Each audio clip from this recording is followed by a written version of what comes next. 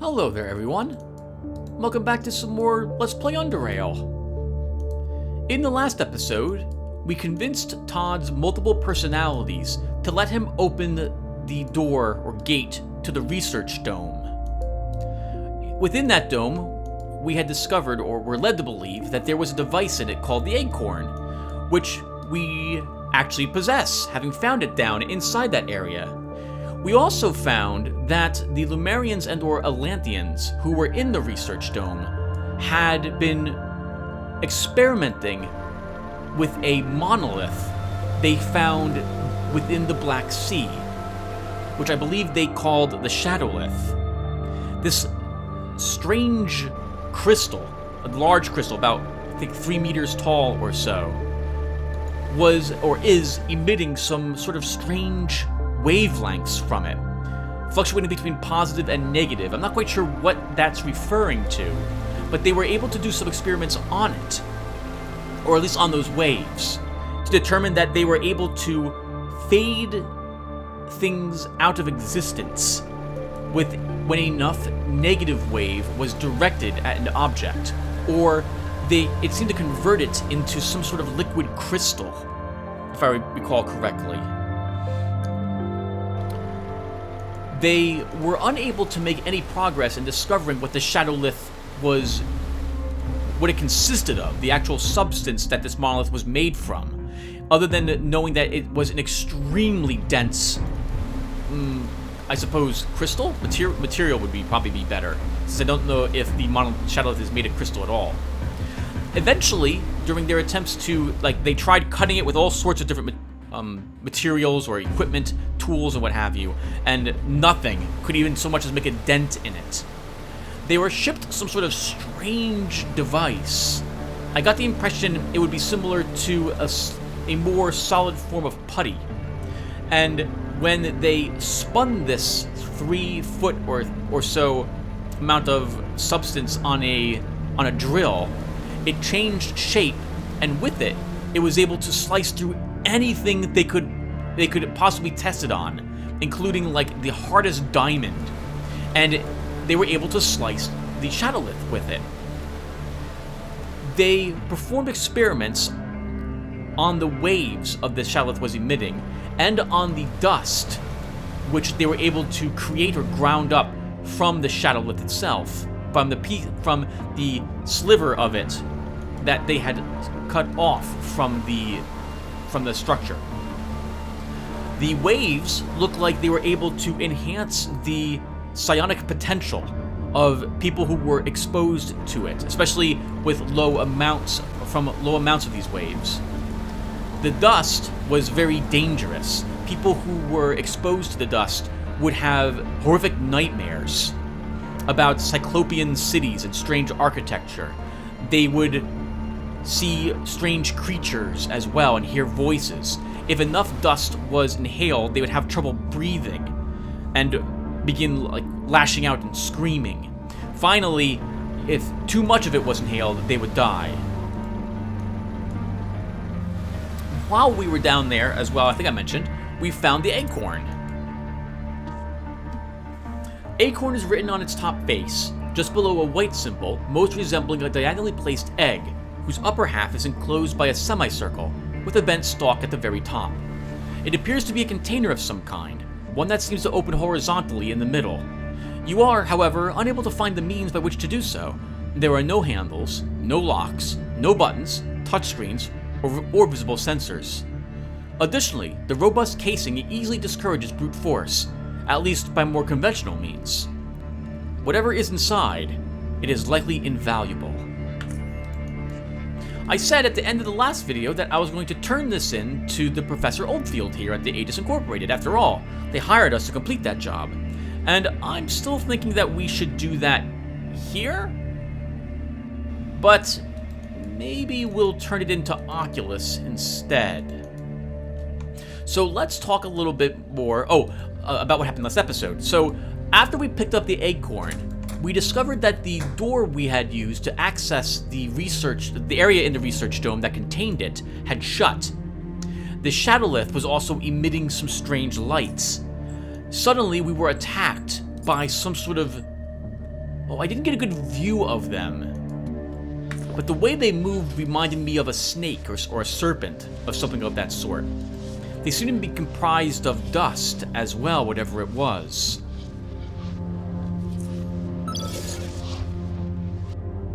We were unable to harm them in any way. They're completely invulnerable to anything that we had on us. And so we fled Abyssal Station 0.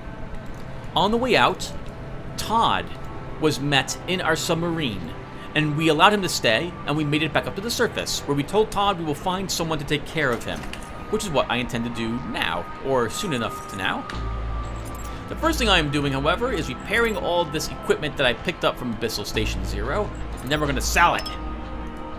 And in the meantime, I guess, everyone, this episode is also just going to, it's likely just going to be me selling stuff and talking to you guys, as well as completing the Aegis Incorporated Black Sea main quest. So that's all of those I need. Right, so let's talk a little bit, let's talk some more about not last episode, but something that has occurred between this episode and the last one. So I've already recorded this episode. However, my webcam turned out that my computer still was picking up the audio from its microphone.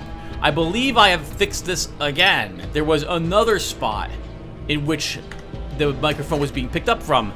It's just so frustrating because I had double-checked everything before recording like the last episode, and there was no problems, and the webcam had been plugged in.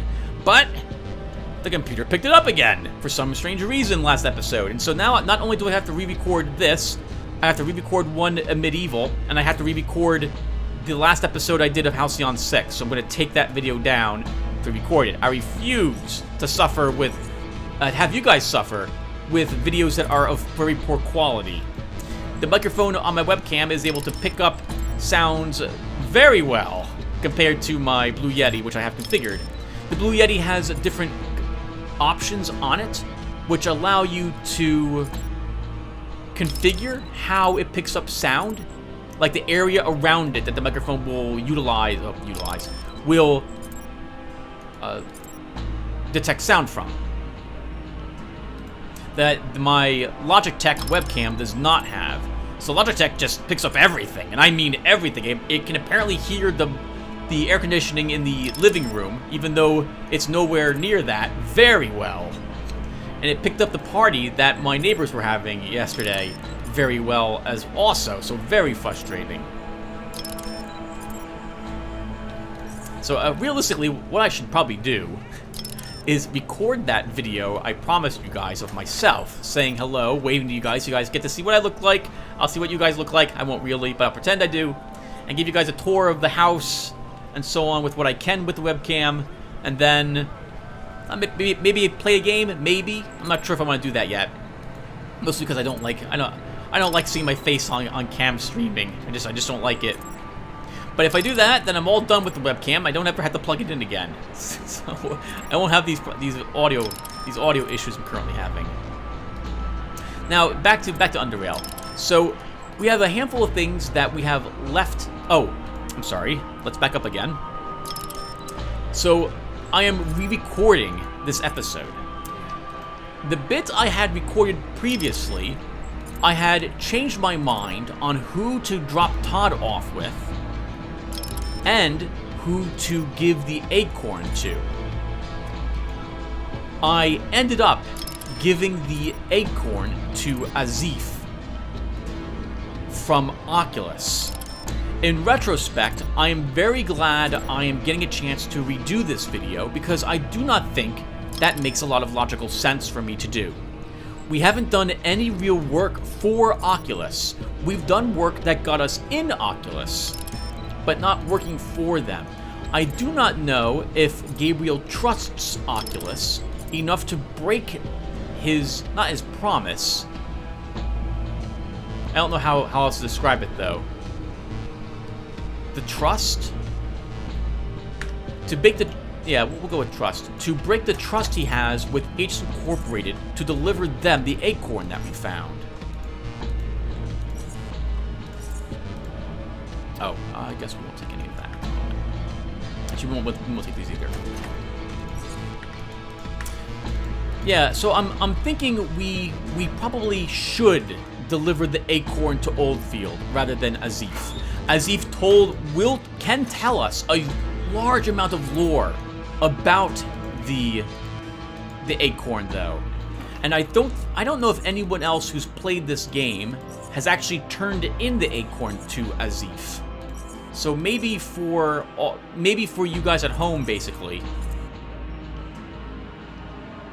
What am I trying to get at? What I'm trying to say is that maybe because no one else has recorded it here on YouTube, to my knowledge, if I did that, it would be one way that all you guys would be able to read what Azif would tell us about the Acorn. I guess I could flip a coin to make that decision. All right, a few more minutes. So, also, when it came to Todd, I decided to drop Todd off at the Ferryman rather than bringing him to Aegis Incorporated. That I think I will still do. Though, yeah, you know what? No, we're not going to do. You know what we could do? We could save the game, drop the Acorn off to Azif so you guys understand now what I understand about the Acorn, but then just reload and give it to Aegis Incorporated. I think actually that's what we'll do. Yeah, that makes sense. We'll do that. Okay, so what else are we doing? So right now, as you can see, I'm running around and we are doing some inventory maintenance. There'll be quite a bit of this today, some of it in this episode, because we are done with the main quest for the Black Sea. And I don't need those. Oh, I have a bunch of other stuff. Miscellaneous crafting materials. Any other gun parts here? No. So we're going to run around and sell a bunch of this crap that we don't need. Oh, I do have a bunch of gun parts here. And then we'll go ahead and turn in the acorns. The Acorn. We'll turn the Acorn to the two people. We'll turn the Acorn. We'll talk to Azif about the Acorn, reload the game, and actually turn it into Aegis Incorporated. That would be the plan. So other people you can turn the Acorn into, as I've mentioned, you can turn it into the Protectorate, you can turn it into Tanner, and I also discovered that you can turn it into Azif at the very end of the game. Very, very end of the game, because Tanner will not be around. And I think, I said Azif, Ezra is a proper name. And I think Ezra can tell you quite a bit about the Acorn, if what I've read online is true. But I think, again, it would make sense thematically for Gabriel to give it to Aegis Incorporated. In retrospect, I wish Garrett had not done so. I wish he had just held on to it and sought a better price for it. Hey, Oscar. Okay, so let's begin the great selling. So I don't need that. I want all of your cash. That's good enough. Take that.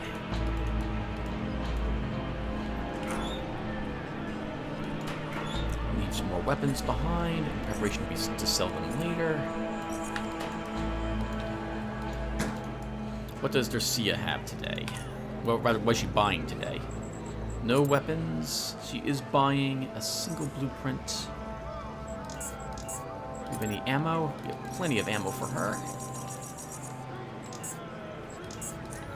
Get out of here before whatchamacallit shows up.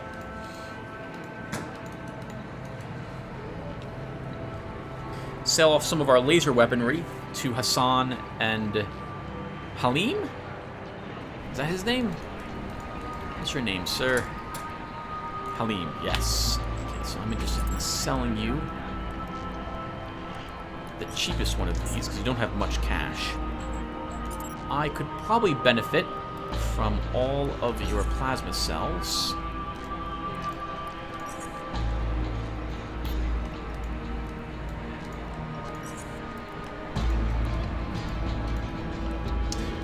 can probably take one repair kit. Actually, it doesn't matter. Let's take more battery stim.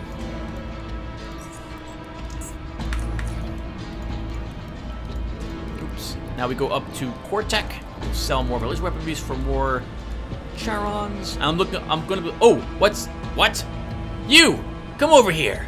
The man raises his hand high above his head to get your attention, waving it from left to right as if you're kilometers away. He's a thin man with a hooked nose and swollen eyes, bloodshot yet glaring, and his voice is quivering with elation.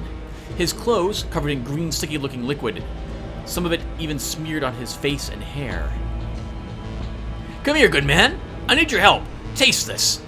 He shows you a transparent flask full of what suspiciously looks like the liquid he's smudged in. There's nothing to fear. It's just something I've been making, and I need your opinion. What is it? Don't ask no stupid questions. It'll mess everything up if I tell you. Just taste it and see for yourself. Come on. Do it. Nothing to fear. I'm not tasting anything until you tell me what's in this thing. Why so difficult, man? Just say yes and let this gently glide over your tongue and into your throat. If I tell you what it is, it's going to affect your judgment. Here, come on now. Come on. You taste it first. Then I'll think about it. But that's so unhygienic. Besides, I just recently had some spicy hopper. I wouldn't want you to feel the aftertaste of that. Oh, sorry, is that right? Yeah, yep. It'd ruin everything. Liar! I'm not, I swear, listen. I haven't got a lot of time. Taste it already. Scram! Well, okay, I guess I'll... yes, I'll find someone else. Goodbye. He cautiously leaves. Goodbye, Dr. Zilch. Dr. Zilch's slushy will kill you if you drink it. With enough strength, you can make him drink it by forcing it down his throat. We have Intimidate. This gives me an excuse to see how that would have played out.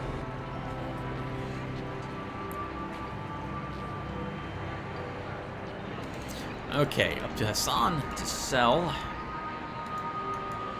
Ali's weaponry. So what else should we talk about, everyone? Crap, I got nothing. Actually, I have lots of things, but I don't want to start talking too much about other things because we're going to do a lot of talking very, very soon. So, you're buying 2 energy weapons today. That's over half your cash. Let's sell you some bits as well.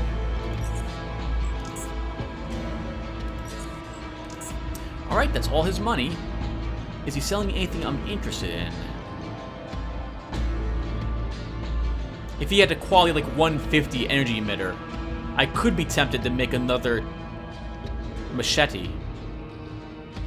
Oh, that's a decent shock generator. 143.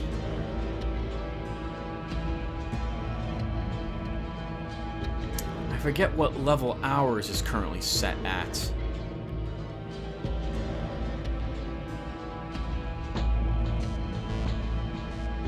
It's tempting, but no, I won't get it. 147 on a shield capacitor. I forget where ours is currently set to. Nah, we'll be okay. We'll take cash. Rest of the stuff we'll leave outside in a barrel, and then it's back to Aegis Incorporated.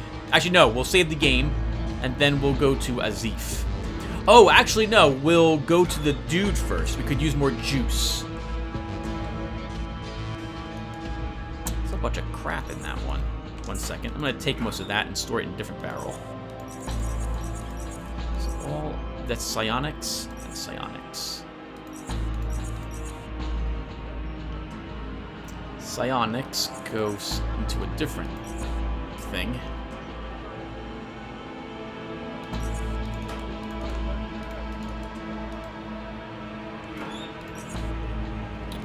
Oh wait, you're a 111 pneumatic hammer? We'll take you.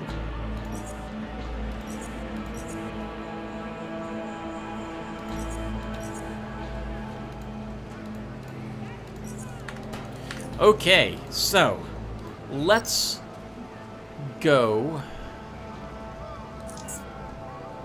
to the dude. Oh crap! I'm carrying all this other laser weaponry I don't want. Let's drop that up here too. That's right. I do want it. I want to sell it though. I don't want to actually carry it with me. Okay, so I don't need any of you.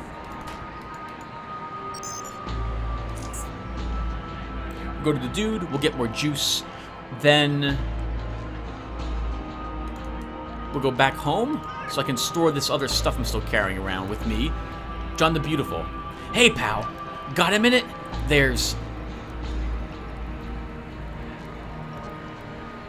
Let him continue. There's a man waiting for you in dominating bar up in the residential area. Name's Aaron. Dressed in black and red cloak. Wears a mask. Has a sword. Can't miss him. Did he say what it's about? No.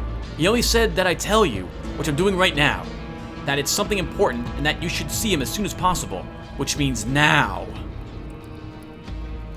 Do you know anything about him? A few things. It's gonna cost you, pal. What do you need? My inner beings yearn for some bacon and cheese. He pats his belly, between 2 slices of root bread. I don't have that at the moment. I'll be back when I do. Me hungry. Right, see you around. Let's go and feed him. Hey, Mo, I'll take a single bacon cheeseburger for whatchamacallit right there. You don't have the food that lets me carry more stuff.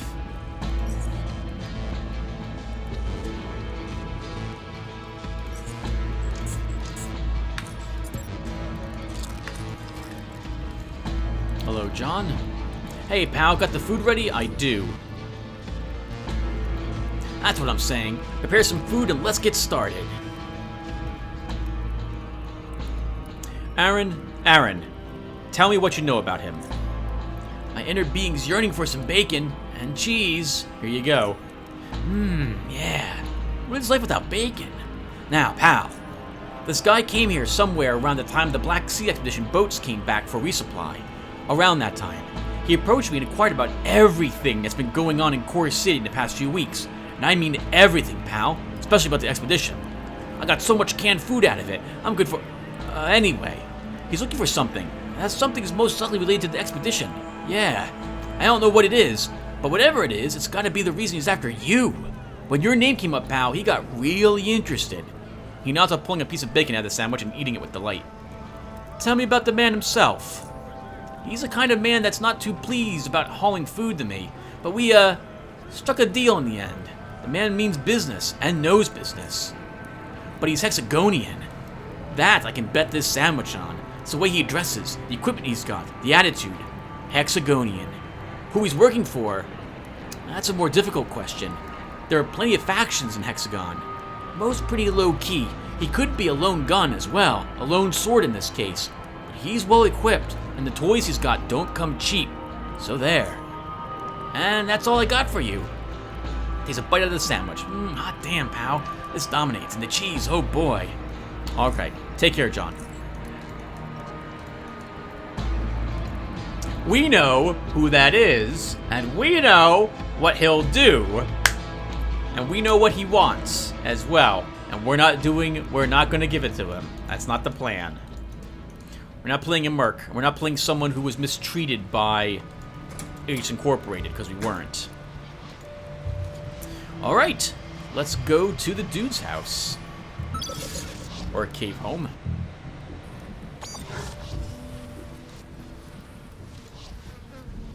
Dude raises his brew to greet you. How's it going, man? Can you, give me juice. You want all the juice, because it's just too useful not to have it.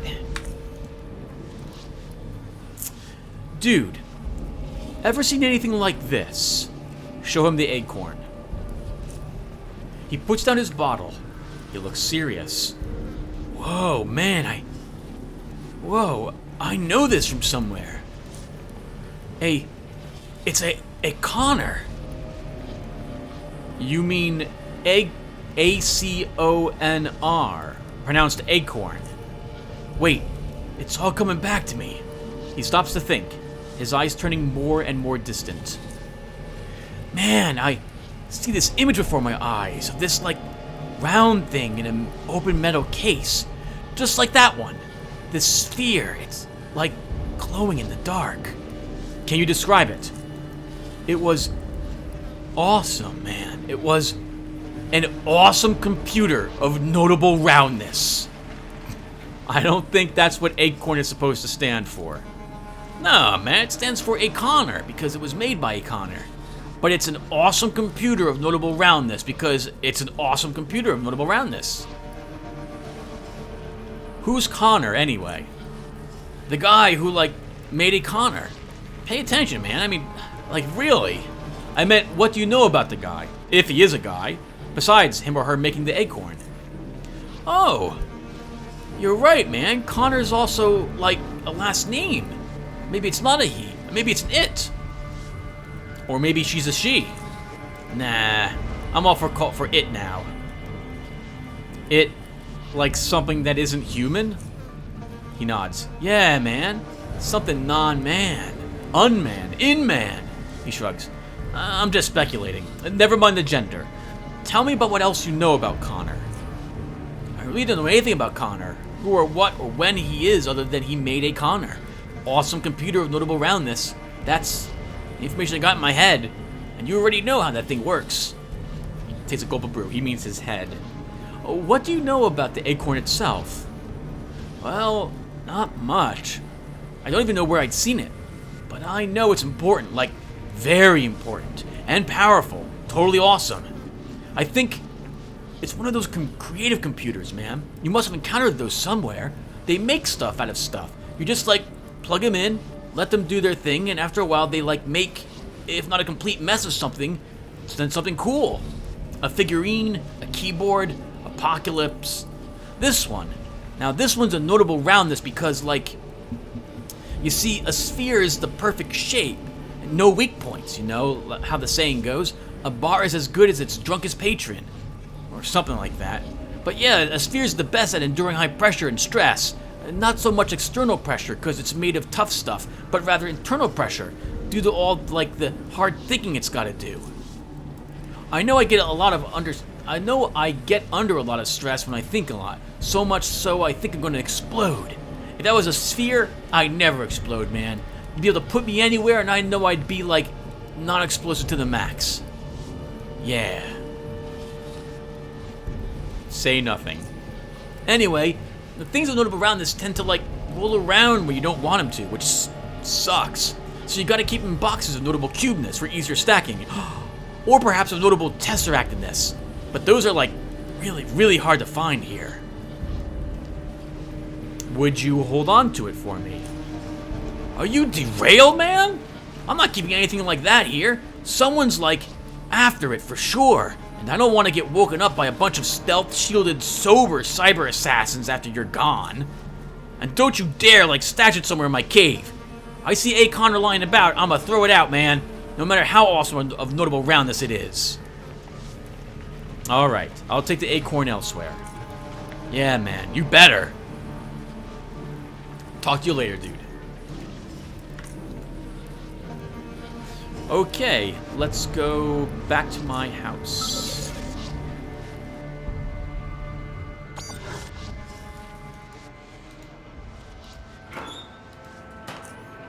Okay, and we're going to store some of this stuff that I don't need.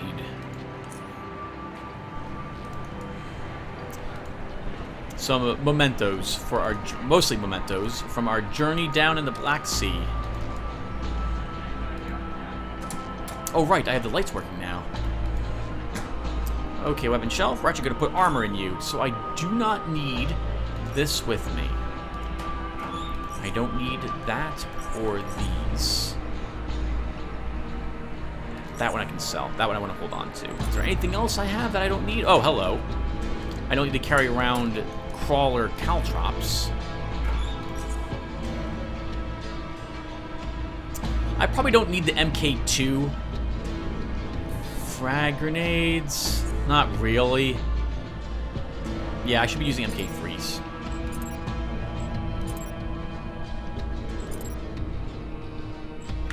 Okay, so before we call, well, no, we're not calling quits yet. I want some food.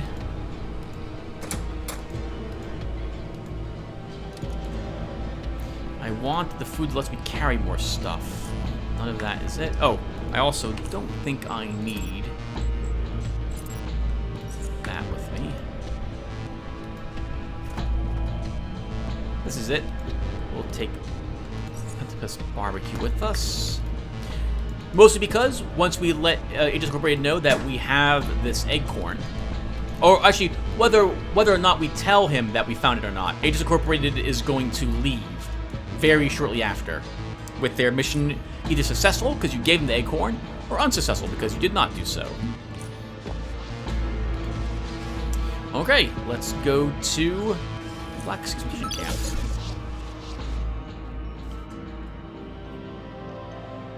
Anyway, when they leave, they will pack up shop, and I believe we'll need to take everything out of our locker, or it will be gone. This is also our last chance to buy supplies, what have you, from these people. Oh, this is over here. Oh, first, let's see about Todd. I've already wasted time not bringing Todd somewhere.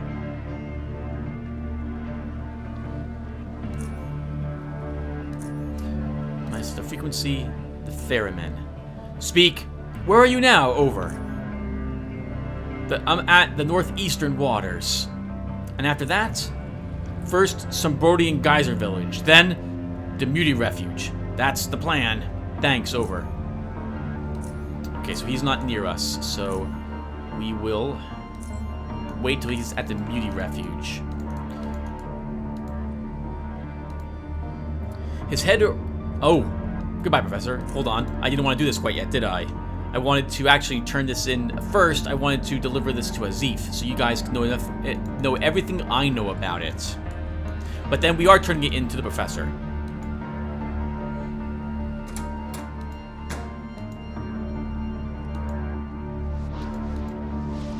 Okay, so rail crossing would be the closest warp space to get to. Teleport point.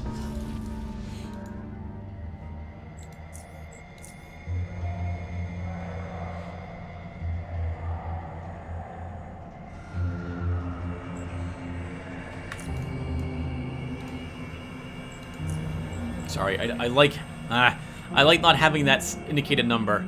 I just don't.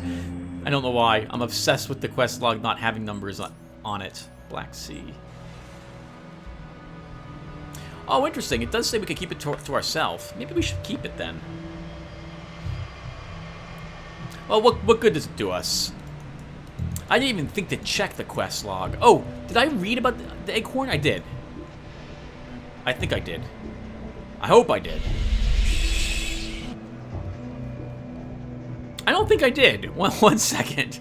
So, let's stop here and read what it says really quick, just in case I didn't. Acorn is written at its top face, just below a white symbol most resembling a diagonally placed egg whose upper half is enclosed by a semicircle with a bent stalk at the very top. It appears to be a container of some kind, one that seems to open horizontally in the middle. You are, however, unable to find the means by which to do so. There are no handles, no locks, no buttons, touchscreens, or visible sensors. Additionally, the robust casing easily discourages brute force, at least by more conventional means. Whatever is inside, it is likely invaluable. I think I did read it now. I stopped to think about it. It's too late. We read it a second time. Okay, so did I quick save? I did, okay. Alright, let's see what Azif knows about this. Now, I would never have thought to even ask Azif about the Acorn. Mostly because I have done no work for this organization on any of my characters. Gabriel is the only character who has made contact with this organization. So I don't know enough about them to have to have known when to come back and ask him about certain quests or what have you. Yes? Azif, have you ever heard of the Acorn, aka Aconr? Acorn. His voice resonates with curious recollection. Yes. Why do you ask? I learned about it during one of my recent adventures. What do you know about it? Seemingly, it's a modest square container, but within it lies technology so advanced it's beyond the comprehension of even the smartest minds in the world. The majority, anyway. Thus, it's a very valuable thing. Yes. Now, besides finding out about it, did you also perhaps find it? As a matter of fact, I have it here. An acorn. An actual acorn. He looks at the container, its printed name and symbol, marveling at its every feature.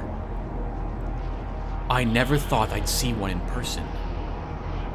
It took a lot of effort for me to get this. How about we discuss my payment first?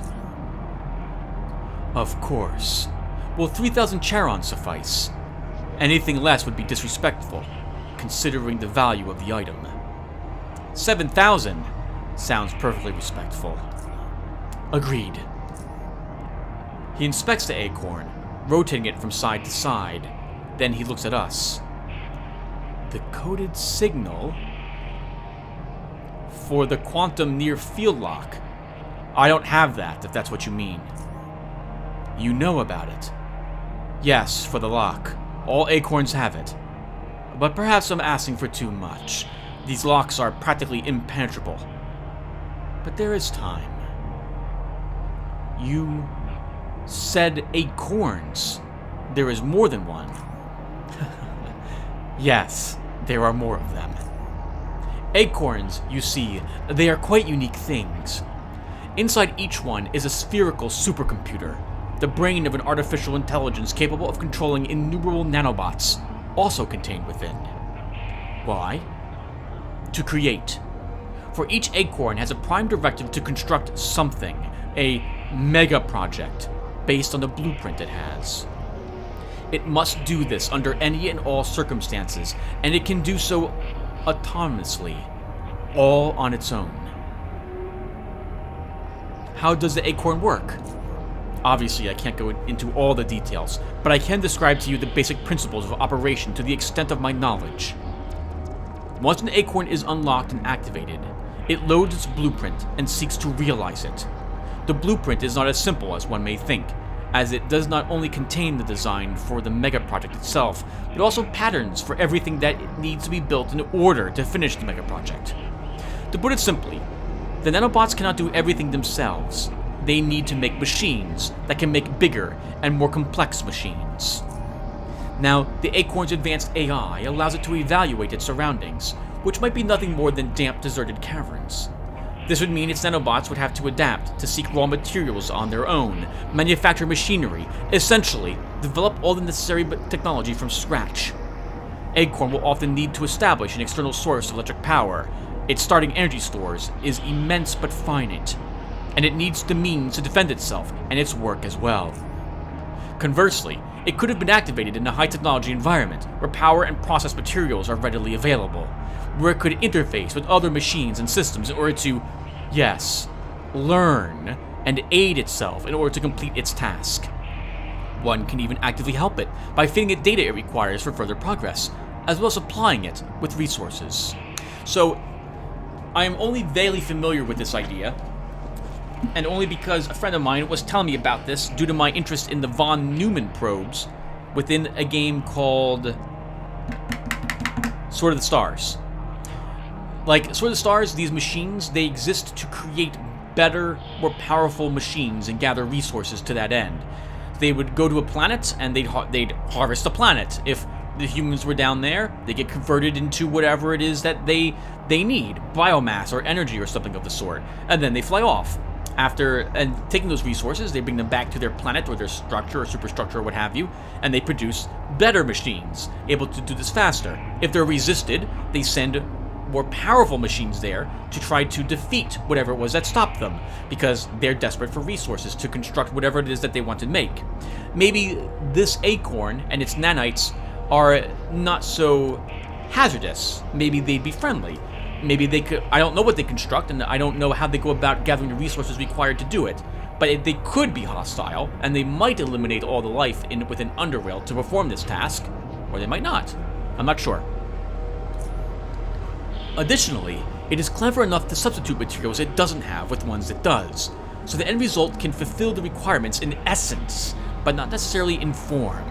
As long as it fits the needs, the Acorn will use anything it can, however it can. It doesn't merely follow the blueprint, it uses reason. Its reason. Yes. It's all highly advanced, highly advanced. And the mega projects, as the name implies, are monumental in scale and importance. After all, using such elegant technology on lesser things would be wasteful, wouldn't it? So think of massive machines, vehicles, facilities, stations, entire cities, megalopolises. Yes. You understand. Did NFT make them? They seemed far too advanced when compared to the rest of the technology they had. They manufactured and issued them. That is documented and well known. The container is theirs. The quantum near-field lock is theirs. But the technology of the Acorn itself? Highly unlikely. Such acute artificial intelligence and fine nanobot control and capability surpassed the known technological achievements of any of the supercorporations of the time period, and even of today. Where could the other ones be? They were offered to anyone who could afford them, programmed to realize what the contractors desired. All major supercorporations had them, it's no secret. Saying acorns were abundant would be ridiculous, but there was good evidence that they all at least had one at one point or another. But where they are now, that is a question I cannot answer. This one's the first to be discovered after decades and decades. Oh, interesting. So, this doesn't just produce something random according to some long-lost technology or alien technology that no one understands. Instead, this one probably designed something that NFT desired. So I would guess and hope that it was not going to produce something, go out of its way to produce something evil. But I guess the nanobites would decide that, and how they go about it as well, whether or not they would convert a city that exists in Underrail to parts so it could use them to build whatever it wants instead. I don't think NFTs would do that. It also sounds like the idea that these nanobots can, the technology that allows this to happen, maybe not necessarily, I guess the nanobots themselves, is indeed alien technology. And NFT sold these to people, the acorns themselves, and the contractors, whoever hired them to be able to produce the thing they create. NFT was able to instruct the nanites how to do that. But the idea of the nanites themselves, or maybe even how the nanites came to be, or how the nanites are constructed, must all be alien technology. What are you going to do with it? Observe it. Study it. It is unusable without its coded signal, a state in which it may remain for years to come. But even in dormancy, it can teach us plenty. For now, we have it. We have it.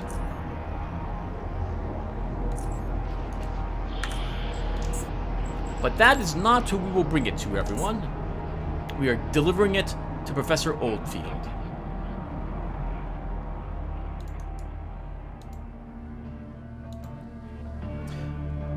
The professor removes his glasses and rubs his eyes and temples. This damn migraine. Ah, Gabriel.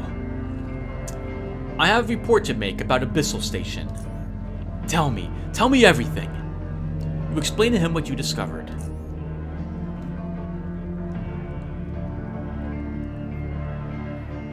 Both the professor and the chief listen to your story of descent into the abyssal depths of the Black Sea, arrival to what is the dilapidated monument to both the Lemurians' ability to adapt and survive, and to their ironic, almost paradoxical inability to do just that.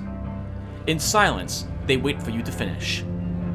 Then, after I managed to get away from the shadowless influence, I got back to the submarine and successfully surfaced. By the caverns. As amazed as he without a doubt is, you can see it in his eyes that he is waiting for you to tell him about something. Show him the acorn. Nothing happens for the first few moments. He acts as if you've presented him with the most mundane of things, but then, as his eyes slowly focus on the big white letters from capital A to capital N, he can't but not gawk at it in awe. Acorn. Goodness me, this is it? A box.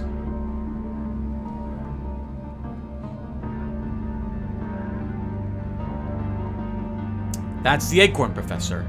It's no mobile habitat. May I have it, please? Here it is, Professor. Give him the acorn. He takes it carefully, looking at it from all sides and indeed confirming for the nth time that the letters do read acorn. We did it. Oh, goodness me, we did it! It was all worth it! What are your orders, Professor? Time for us to leave. What we've managed to collect so far and can be loaded onto our ships we'll bring with us. The rest, it's up to the sea. Richard, it's time to inform your sect troopers. The Black Sea expedition is over. I simply can't put my gratitudes into words, Gabriel. If you ever find yourself in this, please stop by the university. You'll always be welcome. Unless you have anything else to ask me, you're free to leave. Oh, and don't forget to take the possessions from your footlocker.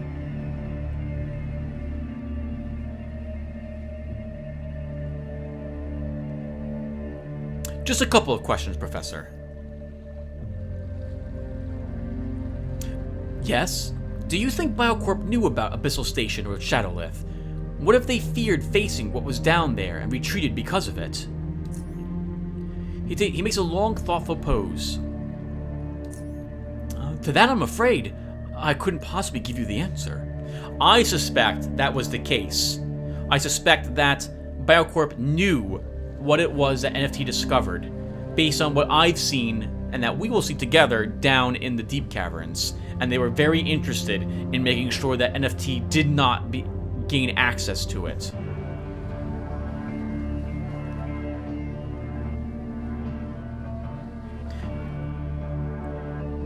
Okay, well that's it. Goodbye, Professor.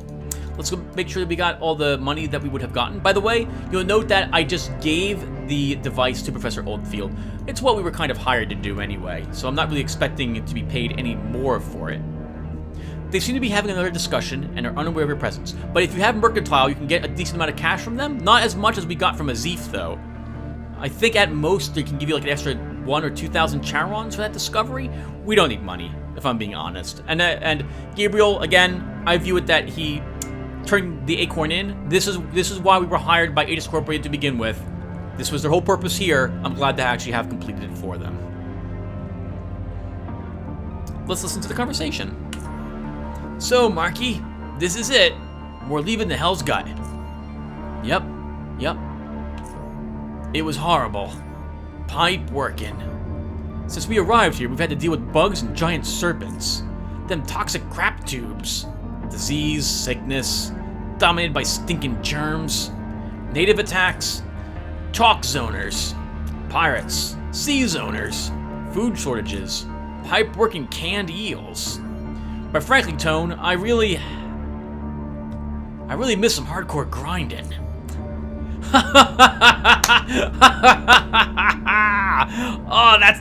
Oh, damn! That's what I wanted to hear from you, Marky. Unadulterated, straight to the point grinding. He looks up through a hole in the tent roof. If there's anything good about you, Hell's Gut, is that you made this man just a bit less la-di-da. Thank you, Hell's Gut. Thank you. So, Lily? No, Maria. Well, as long as you're getting some. Lovely lady posterior. Huh. You can sound cultured when you want to, huh, Tone? Hey, Tone ain't no bone, boy, yeah? Just don't get too used to it. Get a tent, you two love bats. You would if we could. Now, as much as I like hanging out with you two, I can't wait to get out of this pipe working place. He cleans his forehead with a handkerchief and squeezes it by his side. Yeah, that's right, it's incredibly hot here. Anything you need before the laborers start taking things out? Actually, I want to speak with you, Marcus. Good work, Gabriel. Anything we can do to boost our defenses will help save the lives of our sect troopers and our staff. However, I think we've done all we can regarding the silent security systems. Focus on your other assignments for now, and let me know if anything new comes up. We've repaired the defense drones, we got the robot up, the Naga protector up and running, and we also found the mines, so. There's a bonus waiting for you as well. Actually, I'm here to collect that paycheck. Okay, Gabriel, let me see. Here you go. He hands you 2,500 Stygian coins. Clean those coins well. I saw where he kept them. Ignore him.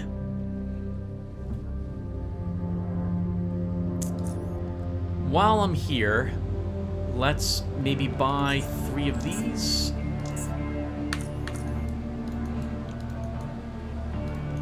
I don't think there's anything left for, well, we'll talk with Doc Savage. You find the doctor nervously filling a trash bag with some medical waste. You get the feeling he's throwing away things he both should and shouldn't. Damn expedition. Should have listened. What's the matter? We're getting out of this place. He kicks the bag in anger, seeing its contents all over the place. We're leaving it! But is it leaving us? He grabs his head. I can't shake it off. This. He pauses, holding a pillbox in his hand he was ready to throw away. He looks at it, shakes it, then returns it to one of the first aid kits. I see the proper cigarette again.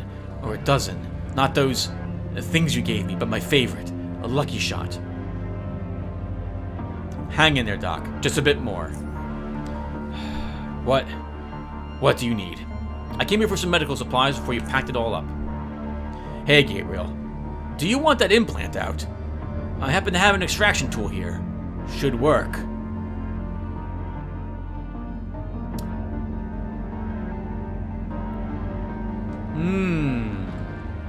It might still be useful, but I think Gabriel would want it out. Right? Space Marine? No alien tech? Yeah, I almost forgot about that. Let's get this thing out. Doc pulls out a tool one can easily mistake for a precision torture device. It's an electronic implement with a cylindrical base, acting as its handle, which narrows into a hollow 15 centimeters long rigid tube with numerous tiny needles inside it. 3 ominous red lights, triangular in formation and positioned around the tube, flare up as the doc brings the whole apparatus closer to your hand. This sounds exactly like the one we saw in the Lumerian facility. But we probably could also use that to remove this one too, if we wanted to. You feel movement inside your flesh and see your skin starting to blush. Then, as the tube touches your hand and needles bury inside, you feel pain. But the procedure is short, pain even more so, if a bit more severe than you would have liked. The tube sucks in the microchip implant, and after spraying and bandaging your wound, the doctor pulls it out of the device's other end. He wipes the blood off of it and hands it to you. Take it. He cleans the extraction device, his stare lingering on the deadly-looking needles. Then he sighs and puts it away. Anything else you need? Last chance before we're out of here. Yep, let me see. So I guess I'll take all of these. We'll grab some more of that as well. He's not selling anything else I'm interested in. Goodbye, Professor. We'll stop by and see Seeger, and then I think we'll begin packing our own supplies and bring them to a different island, since this one's going to be completely cleared out. Or we could leave him, I guess, inside here. Nah, we'll bring him to a different island. Hey, Seeger. You find Seeger packing his equipment, scratching his head in wonder as to why a particular device won't fit the box. The computers and coffee maker are the last to go, it seems. Hey, Seeger. I just came to say goodbye. Hey, you were Excel, man. If it wasn't for you, I'd still be pulling creepy crawlies out of my hair. If you need something, now's your last chance. I gotta pack this stuff up, and of course I gotta do it all by myself. I'm not keen on being left behind. Zyle. I'd like to know what XR is. Okay.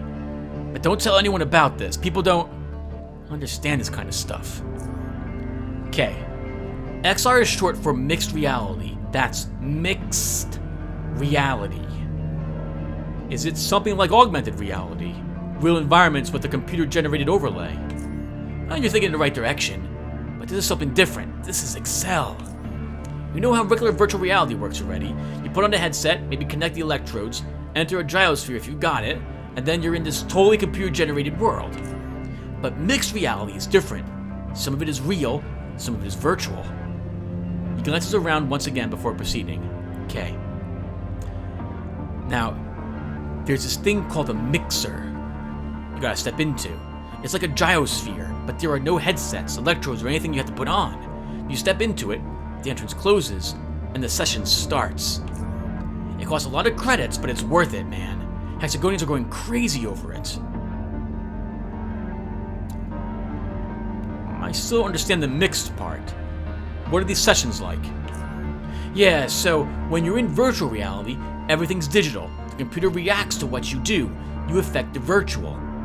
But in mixed reality, the real things can get affected by virtual things. How is that even possible? I don't know. No one knows. That's why it's so Excel. Everything around you changes, and you can't even tell you're inside the mixer anymore. You can feel the air currents, smell things, touch, taste, feel.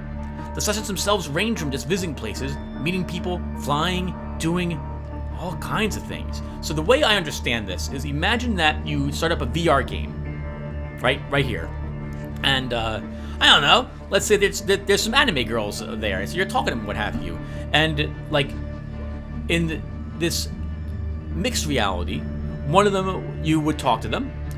They'd, let's say, a girl would do your dishes and put them away. And when you're done with the session, those dishes would be done, and they'd be put away, just as if she had been really there in the real world, and not just confined to the video game. That's the idea that I think this is trying to relate, when it comes to virtual affecting the reality that we live in. That sounds interesting, actually. You can get abilities you never knew were possible. You can see things beyond real, virtual, you can't even tell. There are some dark things going on in XR. People, some get killed in the mixers. Things that are brought in end up somewhere else. Some people disappear. I stay away from those kinds of sessions. I don't have the courage for that. Where I go to, I do some dreadnought piloting. And some other things. We could ask him about those other things. Maybe he does more with the anime girls than just talking with them. Who made XR in the mixers? That has got to be some advanced technology. He shrugs. No one's got a clue. It just suddenly appeared, and now it's here, and everyone who knows about it is spending all their credits on it. I'm new to all this, man, so I know little, but I think one of the factions there is pushing this. Just a rumor, okay? Say nothing. So there. Now you know. Remember, keep this all to yourself, okay? I'll leave you to your work, Seeker. Good luck. Appreciate it, man. Bye. One last stop for us. Maybe the ferryman is now at the Muty Refuge, which is where I plan to leave some of this stuff. So we have our footlocker. Everything? We're way down. How much am I way down? We can probably just... I think most of the heavy stuff... Well, we'll still be way down, but it's okay. It'll be okay. We're going to drop off some of this stuff. Oh, you know what? Hold on. No, we can take this back to our home and drop all this stuff off there, and then we can look for the ferryman.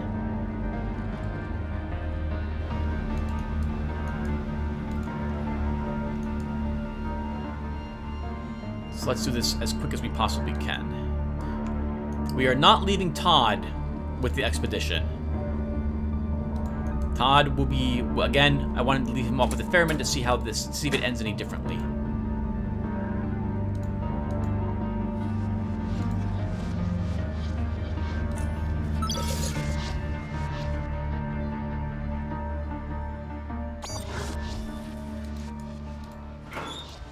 Okay, now I don't even know what I picked up from this location. Let's see.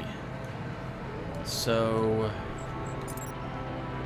Oh, wow. Okay, so I've got my old hammer. Oh, this is just junk. This is to be sold. Alright, but I have lots of stuff that doesn't need to be sold. Okay. So more maintenance, everyone. More maintenance. The hammer is really what's weighing us down the most. Once we ditch that, we should, I think, be fine. No, still not fine. Almost fine. Almost fine. Alright, no problem. Leave a few supplies in one of the lockers will be good. Oh, yeah. Let's just leave. Oh, not you there. You get left in a different locker. Locker the equipment. This one. I don't need pesticide grenades any longer. I have some throwing knives I don't need. And some old MK2 grenades. Some more nets.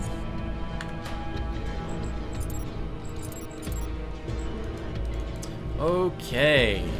Nice. I think I have juice in the freezer. Not to tell me you don't need any more juice. Maybe stew. Let's leave that in the fridge. I have plenty of medical supplies, more than I need on me. Let's leave some of that behind as well. So I guess everyone, so again, no combat. This is, I'm going to try to turn Todd over to the ferryman as a heads up right now. Actually, why don't I do this off screen? I'll be right back, everyone. Okay, everyone. Sold a bunch of stuff. Let's see if we can find the ferryman. Uh-oh. I get the feeling they're gone. Did they pack up? Holy crap, that was quick. Wow, they are indeed gone. They got the hell out of here as fast as they could. I guess once you talk to everybody and you leave and then come back, that's it. Oh, I forgot we have some junk here. I don't think I need any of that.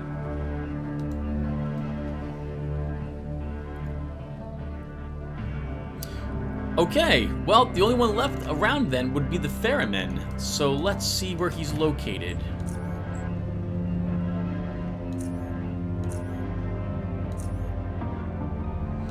Okay, he might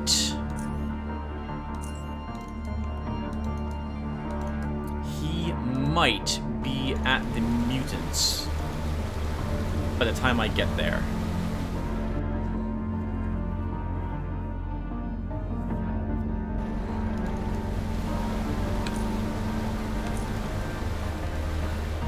I like this. I think I prefer giving the Acorn to Professor Oldfield rather than Azif. Again, it felt more natural to do that. And with Garrett, I did it because I didn't realize I could hold on to it. I should have read the quest log when I had picked it up. And he's not here yet. Okay. Well, then we have to waste some time. Let's see let's explore some of these unexplored areas, and we'll see what is in them.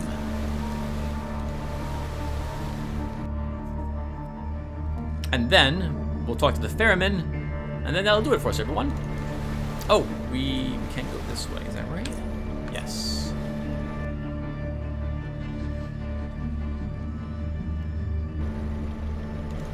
Hello.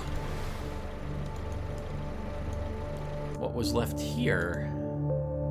I see pedestals for a blade maiden and a strong man.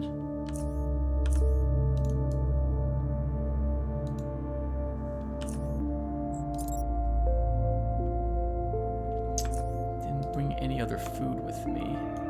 An acid barrel and a medicine cabinet.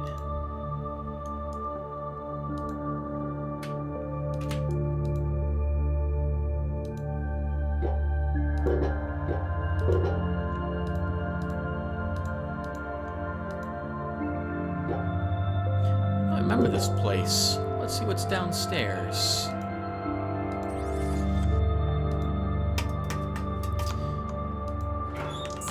Toxic stuff. We took a ton of damage, but we'll be okay. Some gun parts. I will take those.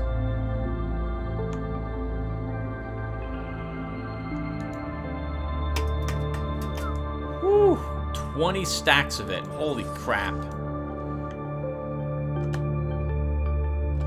Oh, right. Oh, did I leave? Okay, but say, please tell me I didn't leave all my bandages back at my home.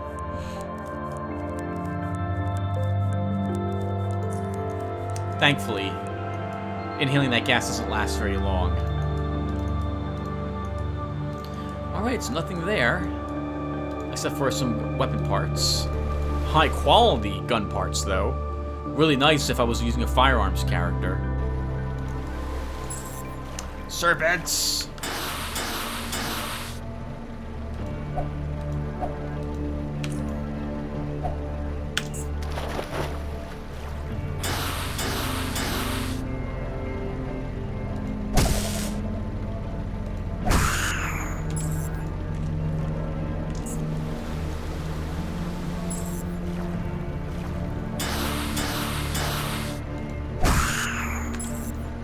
Not even able to harm me at all.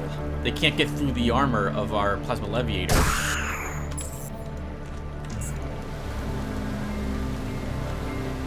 That's wonderful. I really like this vehicle.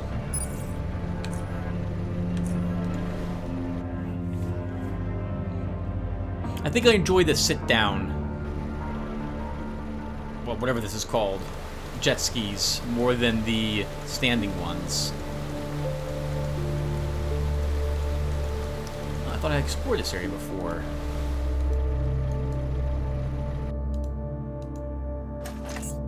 I don't know why I'm taking the toxic sludge.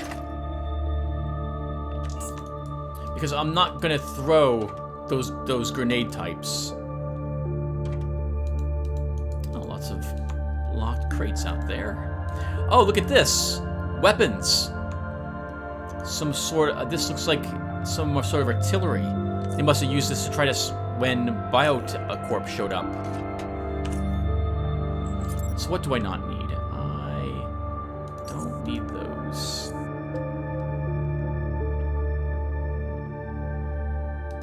I'm not going to use any venom. I don't need more hearts.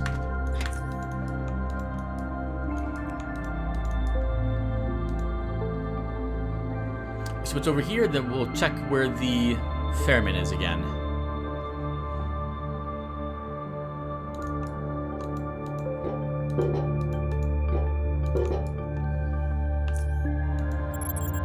Dead security marine. Oh no! Wonderful find more full M7s around. Bullets. We'll take the bullets.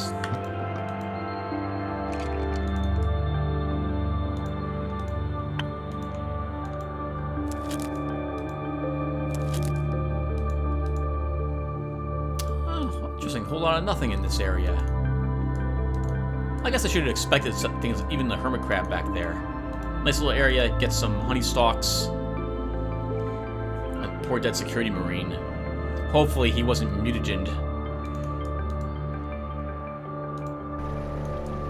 Okay, we'll make the assumption that he is now at the mutant dock.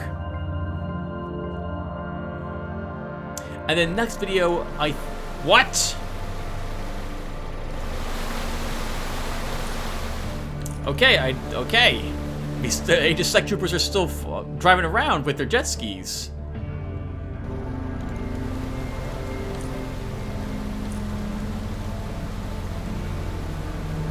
Would have thought they would have left as well.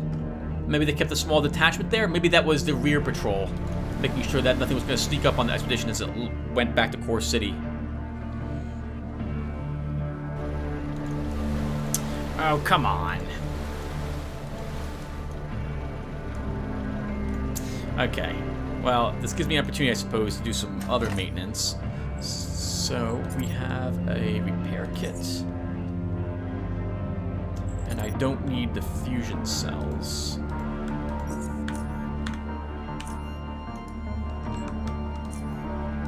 So I think what we'll do next episode, everyone, is we will finish with the pirates in this area. Oh, holy crap, I have a ton of stuff here. I never finished with them. With Garrett. Like, I didn't even attack them with Garrett. I left them completely alone. So, I have not explored this area. These areas. And I did not make it up to the strange pillar up there. So we'll take a look at all that, but we'll do that next episode. I just want to see the ferryman. Let's make sure he didn't pass this place.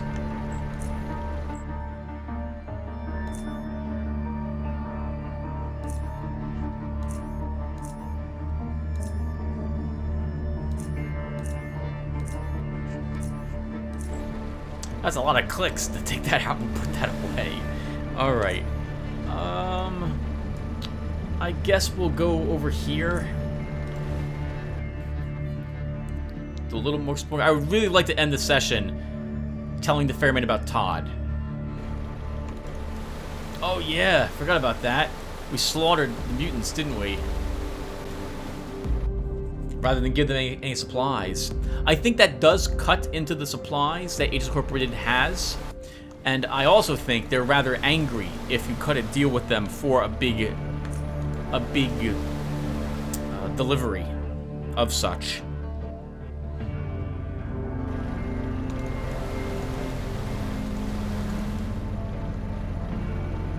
Hello. Can I disembark here? That looks like a little ramp. I can disembark.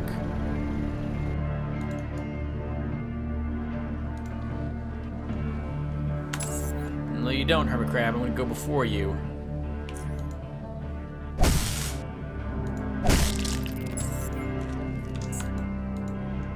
A Lingula's up here.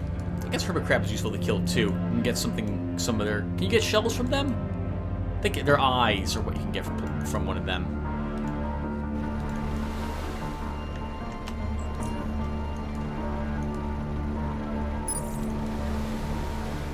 Let's check him again.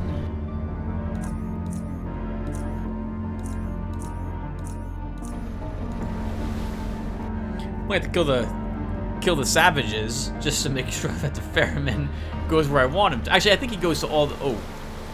He goes to all these standard locations, even if you wipe out everyone from them, Tim.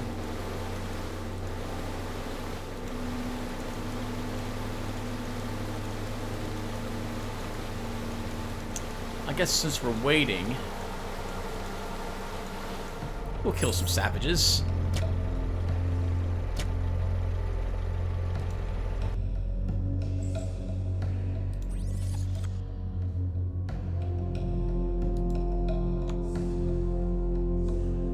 That's a psychic guy.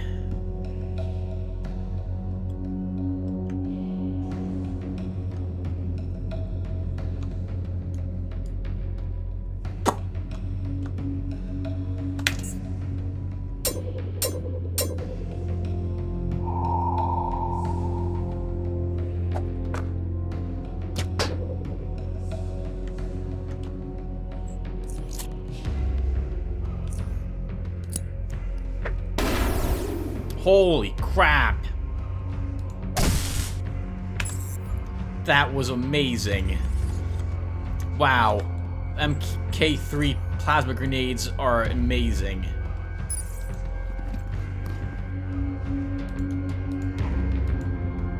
I didn't expect to kill him with one hit.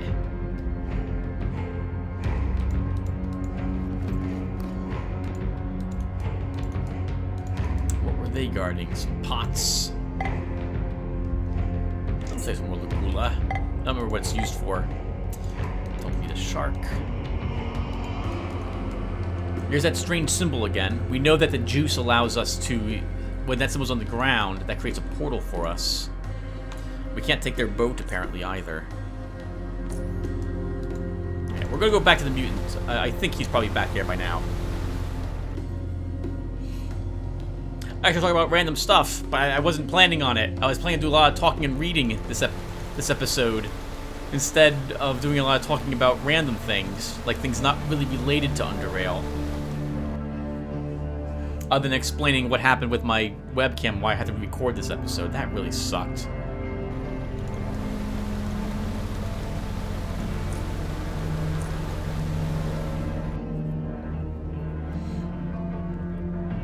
Yeah, so we'll wipe up the pirates, and then when that's done,